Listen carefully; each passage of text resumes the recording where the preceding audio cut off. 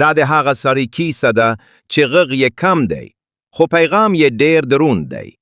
دا د منظور پښتین کیسه ده د جګړې، ورانۍ، بیکورۍ.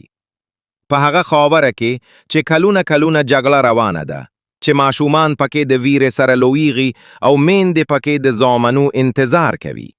هلته یو ځوان راپورته شو، بې وسلې خو د حق په ژبه سمبال.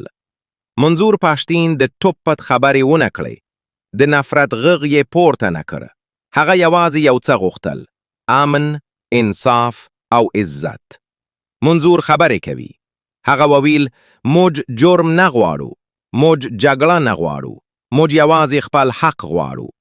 دا غږ ورو د کوڅو نه تر میدانونو ورسید، د یو کس نه تر زرګونو کسانو. دا تحریک شو، PTM، پښتون تحفظ موومنت.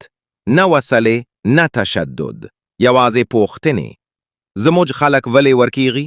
ولې انصاف نشته؟ ولې امن یوازې وعده ده؟ د ماشومانو، میندو، بوداګانو. دا پوښتنې یوازې د منظور نه وې، دا د هر پښتون زره خبره وه. منظور پښتین مشهور نشو ځکه چې غوښتل یې، بلکې ځکه چې مجبور شو د خلکو غږ شي. لار اسانه نه وه.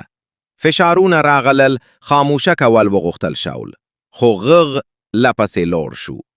ځکه چې کله یو غږ د حق لپاره پورته شي، هغه نه بندیږي، نه چوپیږي. دا کیسه یوازې د یو سړي نه ده، دا د یو فکر کیسه ده، د یو قوم امید دی.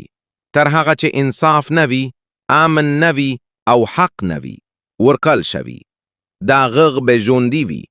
منظور پښتین د حق غږ.